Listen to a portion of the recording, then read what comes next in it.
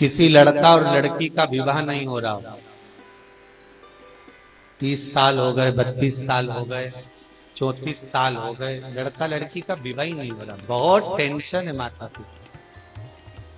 कोई मंगली है, कोई मांगलिक है, प्लेन रखो। कोई मांगलिक है, कोई मंगल है, संबंध हो ही नहीं रहा। बहुत प्रयास कर। तो अब की बार कार्तिक महात्म को सुने हो आप, एक प्रयास छोटा सा कर देती, ठीक है।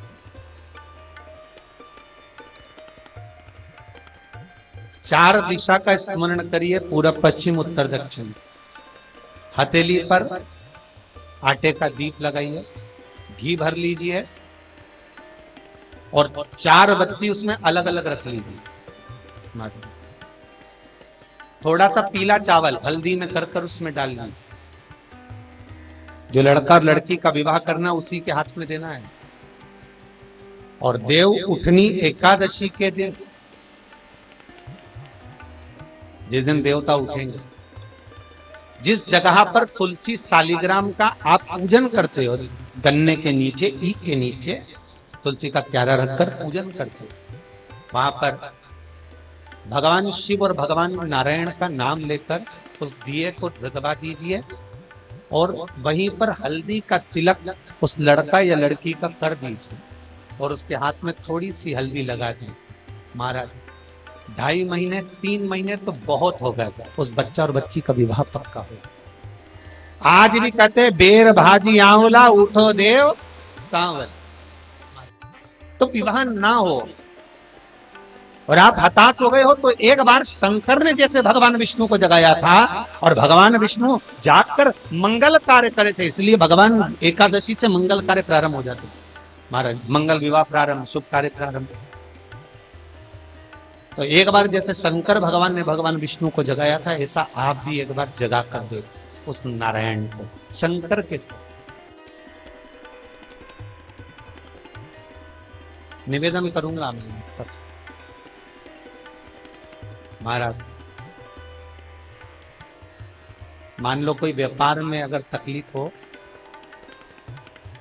कमाई अच्छी नहीं हो रही हो, व्यापार नहीं चल रहा हो, तो निवेदन करूंगा कि किसी के चक्कर में मत पड़ना, कहीं जाकर पूछना मत ही। केवल देव उठनी एकादशी के दिन, जो अभी आने वाली है कार्तिक के महीने में देव उठनी एकादशी, इस दिन एक सिक्का, जब रात्रि को आप तुलसी जी की पूजन करें, ठाकुर जी की पूजन करें, एक सिक्का उसको नीचे रखकर उसको भगवान को विराजमान कर तुलसी माता या सालिग्राम जी को विराजमान कर फिर पूजन करें।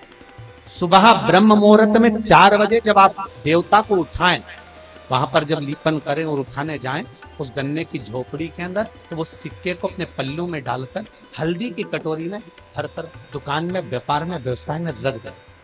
अगली एकादशी तक बताना जरूर कि कितना लाभ मिला, कितना कमाया आपने, सूचना जरूर देना हो, बताना जरूर कि कितना प्राप्त। क्यों? क्योंकि नारायण जब देव उठनी एकादशी पर उठते हैं, जब मेरे भगवान विष्णु अपना चरण नीचे रखते हैं, तो एक कुबेर और दूसरी स्वयं लक्ष्मी भगवान के चरण को अपने हाथों में झेल लेती है। तो जिस स्थान पर आप देवता को उठा रहे हो, जिस स्थान पर आप भगवान की आराधना कर रहे हो, जिस स्थान पर आप भगवान को जगाने का प्रयास कर रहे हो, वहां आप अगर लक्ष्मी को विराजमान कर देंगे तो नारायण का चरण और लक्ष्मी दोनों कुबेर के साथ हमें प्राप्त हो, हमें उसका फल प्राप्त। देखो, हिंदू धर्म में कोई भी त्योहार ऐसा नहीं है जिससे फल ना लिए।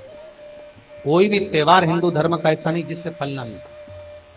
आप एक एक त्योहार का स्मरण कर लीजिए। महाराज कितना सुंदर व्याख्यान है महाराज स्कंद पुराण। कभी मौका मिले तो ज्यादा कहीं से ना लाओ तो गीता प्रेस गोरखपुर की पढ़ लेना, ठीक है। स्कंद पुराण में कार्तिक खंड को उतारना, और कार्तिक खंड को उठाकर पढ़ोगे तो उसमें यहां तक लिखा हुआ है कि मान लो अगर किसी नारी का बार बार अवर्षण हो रहा है, संतान तक नहीं हो रही है और बार बार बच्चा पूर्ण नहीं हो पाता, तो यही देव उठनी एकादशी के दिन उसी जहां पर तुलसी और शालिग्राम जी का मंगल विवाह हुआ है, पूजन हुई है, देव उठे, और जब हम भगवान को देव उठाने के समय पर पूजन कर रहे हो तो वहीं का एक बेर, क्योंकि उस समय पर बेर आया था छोटा, वो पूजन में रखा था, वही बेर उस बहू की झोली में डालकर उसको वहीं पर बिठाकर खिला दीजिए महाराज। बच्चा कभी अधूरा पैदा नहीं होगा, पूर्ण बच्चा ही पूर्ण, अधूरा नहीं हो सकता, अपंग नहीं हो सकता, कम उम्र का पैदा नहीं हो सकता, पूर्ण उम्र लेकर ही पैदा हो।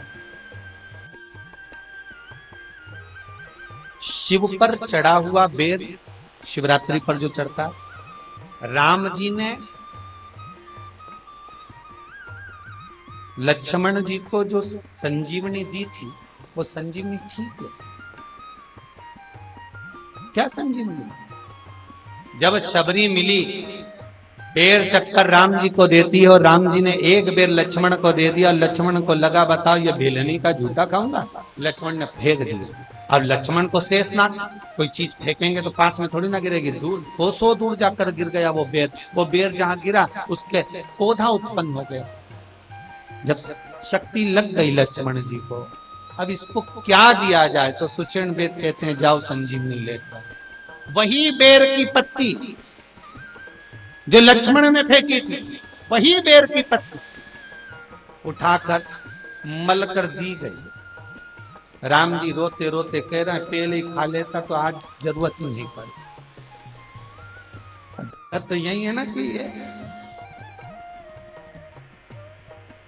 ये बच्चों को, छोटा बच्चा जन्म लेता है ना, तो माँ के तो हृदय से पूछो वो कैसे वो टीका लगवाती होगी। इतने से बच्चे को वो इंजेक्शन गोद गोद के लगाया जाता है, हाथ पर, सभी के हाथों पर निशान होगा, जंघा पर है, कितना गोद गोद के, तो माँ को लगता है मेरा बच्चा कितना रोएगा, कितना कष्ट होगा, फिर भी माँ उस टीके को लगवाती है। उस टीके को, इस इंजेक्शन को क्यों लगवाती है कि आज अगर दे दिया तो बाद में जरूरत नहीं थी। बस राम जी कह रहे हैं कि मैंने जो औषधि खाई इसलिए मेरे को कष्ट नहीं हुआ, पर लक्ष्मण तुझे वो औषधि पाना पड़ेगी, वो लेना ही पड़ेगा किसी भी रूप में। केवल देव उठनी एकादशी केवल देव उठनी नहीं है, उसका प्रतीक समझो।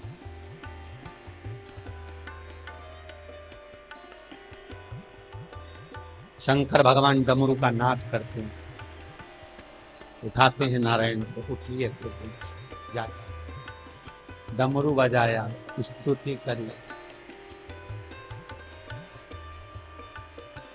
भगवान विष्णु जब नेत्र खोलते हैं तो सबसे पहले दर्शन शंकर का देते। शिव महापुराण में और विष्णु पुराण में, स्कंद पुराण में और भागवत पुराण में स्पष्ट कहा गया, अगर आप मंदिर नहीं जा सकते तो मंदिर के शिखर का दर्शन कर लो, उसमें भी आपका पाप कट जाए। शिखर दर्शनम सर्व पापनाश। मात्र शिखर का दर्शन ही आपने कर लिया तो वो आपको सुख देगा। बहुत